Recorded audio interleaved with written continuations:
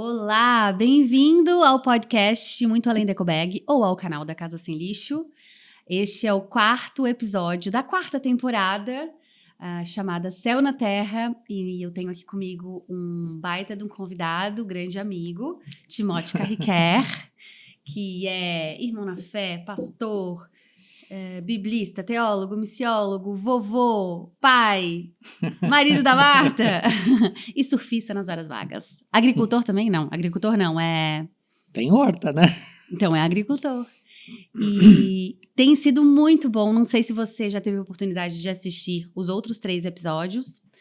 A gente está se debruçando sobre as bases bíblicas do nosso ativismo ambiental.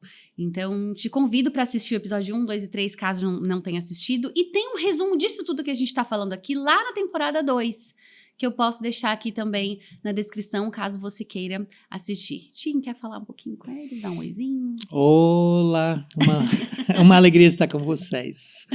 E hoje nós vamos ver uma coisa que é muito interessante, porque este assunto do cuidado da criação, ele vai desde o início, que é fácil saber, né? Gênesis 1 e 2, até o final, Apocalipse 21 e 22. Então, um assunto que inicia e termina. Mas poucas pessoas não reconhecem que também fica no miolo dessa escritura. Na verdade, é um enredo que vai por todas as escrituras. E hoje nós vamos olhar lá no meio para ver uma questão bem importante. O maior missionário que Deus tem e o maior porta-voz dele. Então nós vamos ver isso já já. No Salmo 19. Esse vai ser a base, Salmo 19 vai ser a base para esse bate-papo. Então, vamos lá, Tim. Quem é o maior missionário? Já vai lá e vai falar de cara ou não? Vai fazer um mistério? Olha, vamos fazer mistério, né? Então tá. Por uns 10 segundos, 15 segundos, né? Vamos ler o Salmo 19 e o primeiro versículo já diz: os céus proclamam a glória de Deus e o firmamento anuncia as obras das suas mãos. Pronto. Quem mais declara e demonstra a glória de Deus? Quem é Deus? Quem mais promove Deus no nosso mundo é sua própria criação. Fascinante isso, né? Eu faço parte de um empreendimento missionário, né? E esses empreendimentos são muito custosos, né? Envolve gente, envolve parafernália, equipamento, pessoal. A gente gasta um esforço danado para tentar promover a fé. Mas, às vezes, a gente esquece que o maior proclamador da fé é a própria criação que Deus fez. A sua obra mestre, né? Nada melhor do que isso. Tim, eu me tornei a pessoa que tira fotos de verduras. Esses dias eu tiro direto, eu vou tipo na feira e tem umas verduras. Esses dias tinha uma couve-flor roxa, tu já viu couve-flor roxa? Couve-flor roxa? Não. Ela é um buquê. Inclusive eu comprei 2 e dei uma para uma amiga porque é de tão linda. Ela é roxa, parece que foi pintada. E foi, né? Foi pintada pelo criador. Olha que coisa, né? Eu me acho, né, às vezes tirando fotos. Aliás, no meu Instagram, no meu status, né? O que eu mais posto são as flores lá do quintal, né? Até mesmo eu tenho alguns para postar, eu pensei, não, tô postando demais. Nisso, né? Tá ficando enjoado, né? Mas é porque realmente a criação declara, assim, é uma assinatura de Deus. Eu me lembro quando era criança, meu pai falando para mim, olha, ver toda essa beleza de Deus não chega nem perto do céu. Hoje já penso um pouco diferente. Eu já penso que este é o céu que Deus criou. Meio desordenado, meio bagunçado, né? Tem coisas que a gente precisa consertar. Sim. Ele criou desordenado ou a gente que desordenou? Na verdade, nós que desordenamos, né? Nós vemos isso no primeiro para segundo episódio, não é? Ele arrumou. Deus nos deu a incumbência de cuidar da sua casa, de dar ordem, de ordenar a sua casa, transformar em lar, e nós então bagunçamos isso.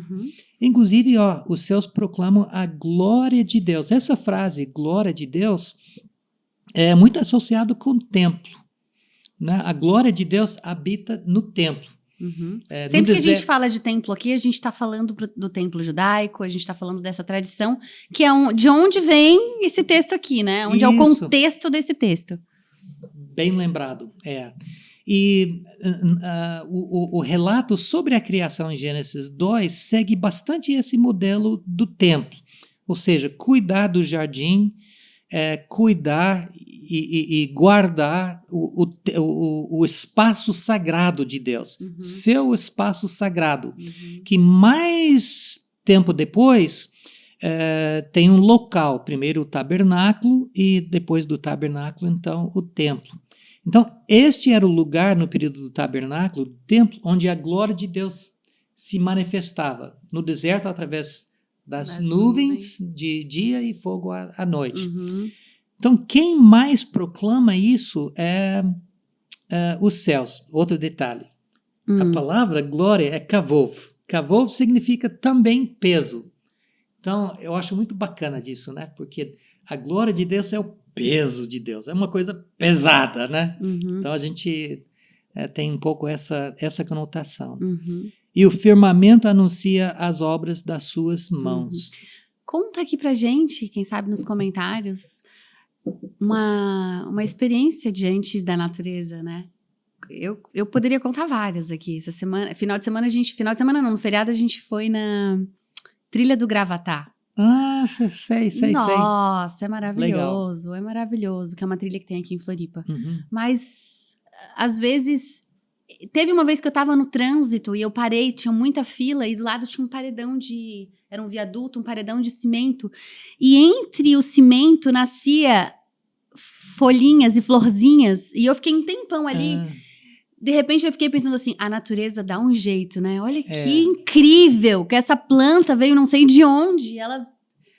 E ela tá aqui. Embelezando e mostrando a beleza do seu Criador. Sim. É uma coisa realmente bacana.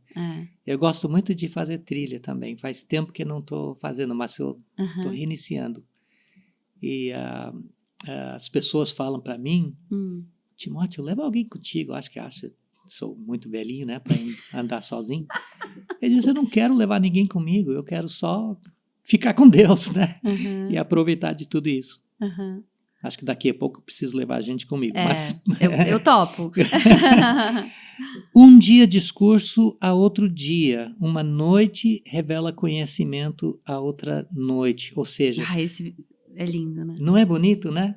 É que na transição do tempo, na passagem de um tempo para outro tempo, nós temos também a imagem de Deus, que criou, aliás, de novo, criar, né?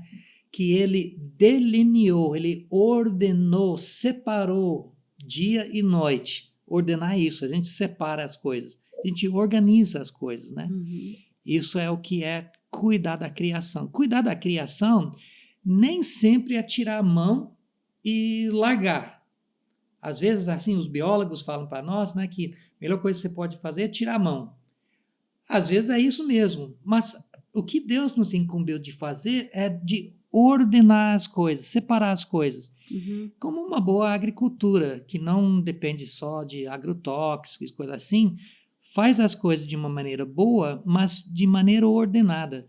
A permacultura diz que tu isso. Mistura, faz um mix, né? Exato. Na floresta você faz planta o pé de café, por exemplo, né? Uhum. E nessa própria simbiose, né? Isso. As coisas se cuidam. Uhum, isso é o ser humano intervindo positivamente e não intervindo para criar dano. Né? Então, a questão basicamente é essa. Aliás, a gente já está pensando mais em termos contemporâneos. Né? De que maneira nós cuidamos da criação, nós interferimos para que haja benefício. E não benefício apenas imediato. Quer dizer, o benefício que eu posso tirar imediatamente pode redundar em prejuízo para meus netos ou para meus filhos, né?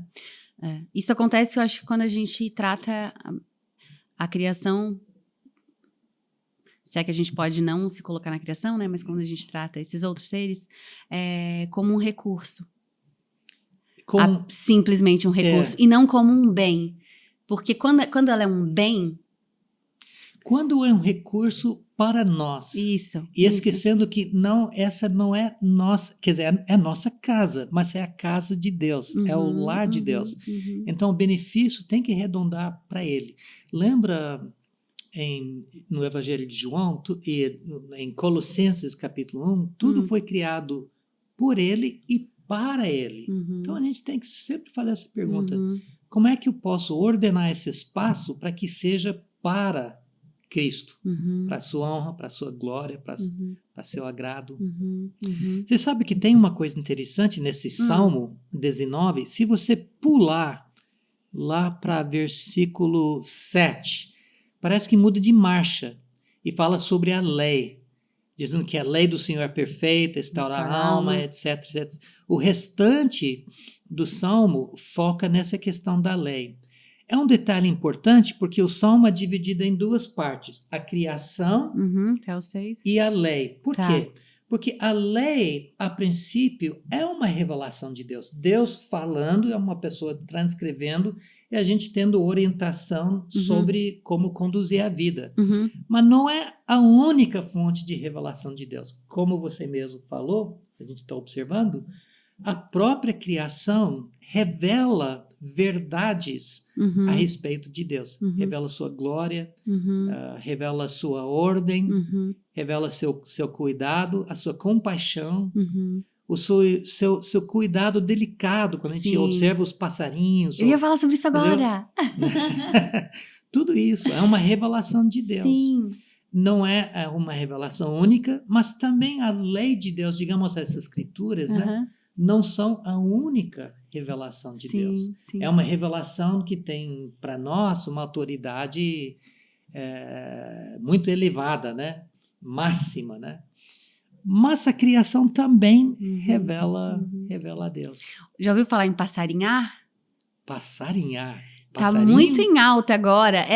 Tem estudos científicos que falam, né, de pessoas... Os médicos prescrevem, no Japão acho que tem um estudo, não sei, eu ouvi falar, que prescrevem para pessoas que sofrem de ansiedade, depressão, para irem passarinhar, o que é observar os pássaros. Ou quem é craque nisso são os britânicos, sabe, né? Sério? Eles gostam muito de observar os passarinhos. Inclusive a Rocha, que é uma organização que não existe mais no Brasil, uma organização cristã de meio ambiente. Hoje a gente tem o Renovar Nosso Mundo. Isso, somos membros da Renovar Nosso Mundo. Já fazemos propaganda, né? É. Mas esse pessoal começou, eram missionários britânicos, observando os passarinhos. O John Stott fazia isso. Ficava olhando os passarinhos. E então, aí esses dias eu vendo, né, os estudos, dá um Google e procura passarinhar, tem várias coisas lá, que é bom para isso, para aquilo, blá, blá, blá, inclusive para os relacionamentos interpessoais, porque você observa a natureza. E aí quando a gente vem aqui para a Bíblia, em Mateus, Jesus fala, né, para observar... como Deus cuida, né? Como que Deus cuida, e aí a pessoa se acalma. Porque nesses estudos diz que a pessoa se acalma, e se acalma mesmo. Nicole, sabe o que isso me lembra? Eu tenho alguns amigos que, com muita boa intenção, eles acabam diminuindo a importância de cuidar da criação. Diminuindo, dizendo coisas como, poxa, você vai gastar dinheiro fazendo reciclagem e não pensando na alma, no bem-estar das pessoas. E eu fico muito triste com essa diminuição, assim, né? Como se isso não fosse uma coisa de Deus, ou seja, como se fosse uma coisa boa que o governo promove, que a gente aprende na escola, mas que não vem das escrituras. Então, uma coisa que a gente está tentando demonstrar aqui é que esse cuidado, esse apreço, esse guarda da criação é a ordem de Deus e a incumbência de Deus para todos nós. Vamos ver mais sobre isso mais tarde. No próximo, né? Inclusive, eu tenho uma previsão da ONU que diz que nas próximas décadas, em cerca de décadas, 1 milhão de espécies serão extintas.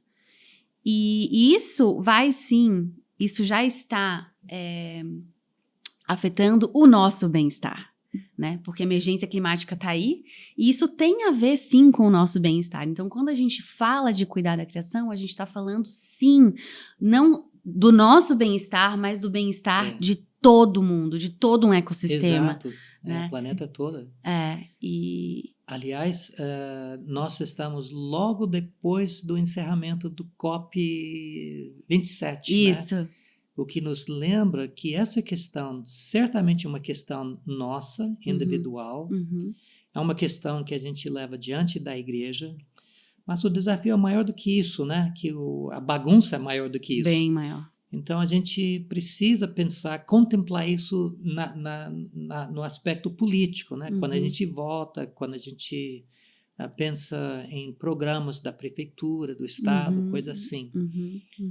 Não que a gente relega isso para o governo. Da mesma maneira que a gente pensa, bem, o governo tem o dever de cuidar dos necessitados. Tem, mas nós também temos, sim, né? Sim. Então, da mesma forma. Né? Nós fazemos parte disso. Que legal. Então, concluímos esse 4º episódio com esse convite, início de ano. Quem sabe aproveita aí, não sei se você está de férias, não sei quando que você vai ouvir ou assistir esse episódio, mas vai passarinhar, vai tomar um banho de natureza. Vai pular no mar. Isso, ou no rio, ou vai, quem sabe, plantar a primeira plantinha aí da sua horta, caso você esteja no meio da selva de pedra, né? Porque isso também é a realidade de muitas pessoas. Gostou? Gostou, Tim? Eu gostei.